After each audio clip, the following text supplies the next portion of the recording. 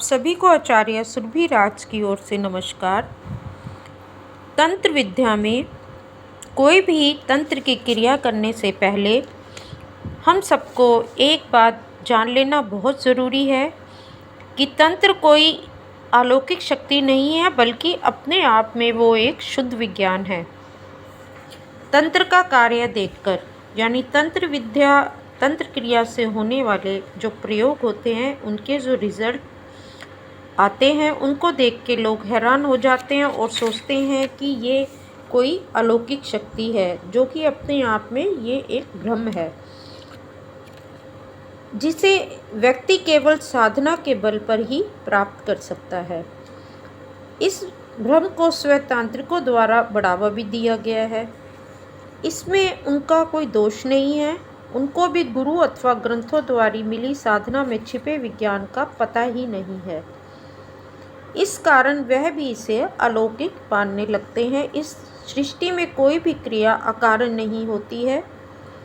प्रत्येक क्रिया के पीछे कोई ना कोई कारण है। यही कारण उस क्रिया का विज्ञान प्रकट करता है, पर ये कोई भी बहुत गहराई से नहीं जानता। बस फटाफट जो है गुरु का मार्गदर्शन हुआ, मंत्र मिला, तरीके पता चले और साधना करी और कुछ हद तक लाभ पा लिया, परंतु कारण नहीं जानना चाहता कि विज्ञान क्या है। अब जैसे कि गाय है, भारत में गौ माता कहते हैं। गाय को आप कुछ भी ना खिलाइए, वह जब भी देगी दूध ही देगी। सर्प को अमृत पिलाइए, वह जब भी उगलेगा विष ही उगलेगा। दोनों के शरीर का रचना विधान ही कुछ ऐसा है। गाय कागज खाकर भी दूध देती है, यह उसके शरीर की प्राकृतिक क्रिया है। इसी प्रकार अगर कोई तांत्रिक हाथ में कागज लेकर उसे मसल कर दूध निकाल देता है, तो ये कोई अलौकिक काम नहीं होगा। उसने वही क्रिया की जो गाय ने कागज पत्ता खाकर की। हम अलौकिक इसलिए मानते हैं कि हमें उस क्रिया का ज्ञान नहीं है। बीते समय की बहुत सी अलौकिक बातें आज साधारण हैं। जब मनुष्य ने जन्म लिया तो वह बादल, बिजली, आग और पानी से डरता था, लेकिन आज इन सबको उसने मुट्ठी में कर लिया। नभ में चमकने वाली बिजली को कैद कर उसने मानव जीवन में क्रांति ला दी। हवा में उड़ना साधारण बात हो गई, और तो और चंद्रमा पर भी कदम रख दिया। कल तक जो चंद्रमा अलौकिक माना जाना था, अब वो एकदम साधारण बात हो गई। मनुष्य वहाँ पहुँच चुका है। मनुष्य का मस्तिष्क सबसे उर्वर रहा है, वह बराबर खोज करता रहा है। प्राचीन काल में जो लोग ऐसा करते थे वे साधु, महात्मा, योगी और तांत्रिक कहलाते थे। वह आविष्कार करते थे और उन्हें अपनी उपलब्धियां जन कल्याण के लिए प्रस्तुत करनी होती थी। ये उनका धर्म था। उनमें धार्मिक भावनाएं और ईश्वर के प्रति गहरी आस्था थी। इस कारण अपनी प्रत्येक उपलब्धि को इसमें मिला दिया करते थे। आज हवन, पूजा पाठ, आरती, उपासना और मंत्र आदि सब धार्मिक अंग बन गए हैं। इनका वैज्ञानिक पक्ष धूमिल पड़ गया है। उस युग के जो चिंतक होते थे वो ये बात जानते थे कि लोग धर्म और ईश्वर के नाम से डरते हैं, उसमें श्रद्धा भी रखते हैं, तो इसलिए अपनी खोज को झट उसमें शामिल कर देते थे ताकि लोग उनको मानने लगे। सीधे साधे बतलाने का अर्थ था कि शायद ही उसे कोई माने। गाय को ही लें, उपयोगी जीव होने के कारण उसे माता बतलाकर उसमें देवताओं की स्थापना कर दी, ताकि लोग हत्या करके उसका वंश ही न समाप्त कर दे और गाय बचे ही ना। जिस प्रकार अब तक न जाने कितने अन्य लोग, अन्य जीव इस लोक से समाप्त हो गए हैं, इस प्रकार गाय जैसी उपयोगी जीव को सुरक्षित कर लिया गया।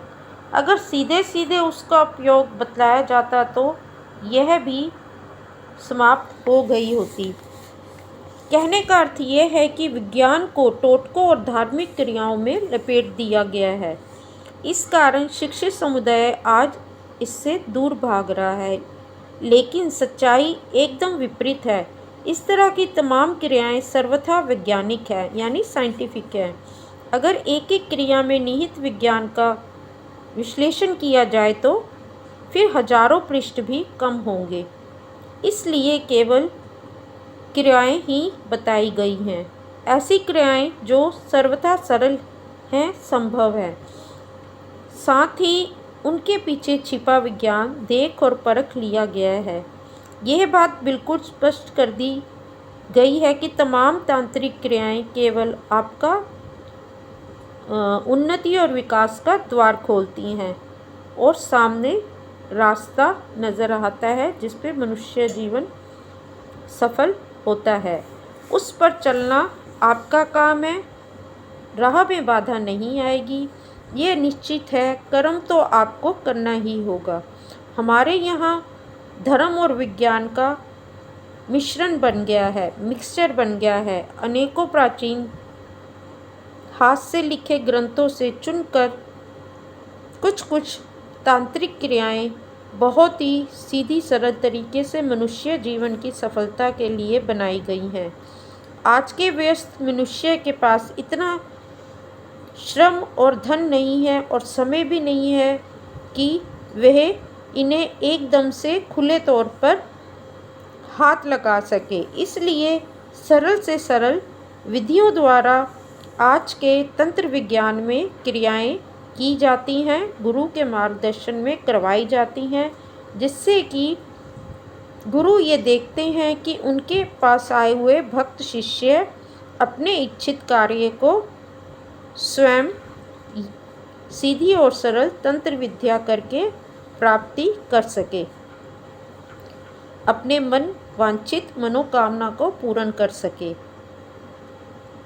और यही मेरी कामना है कि किसी भी तंत्र विद्या को करने से पहले आप उसके बारे में गुरु से या ज़्यादा से ज़्यादा वेद पुराणों से जानकारी जरूर प्राप्त करें, उनके बारे में विचार विमर्श करें और तब तंत्र विद्या की क्रिया को करें, जिससे कि आपका उद्देश्य पूर्ण हो, यानी कि आपकी मनोकामना में सफलता हो, सफल हो आपकी मनोकामना।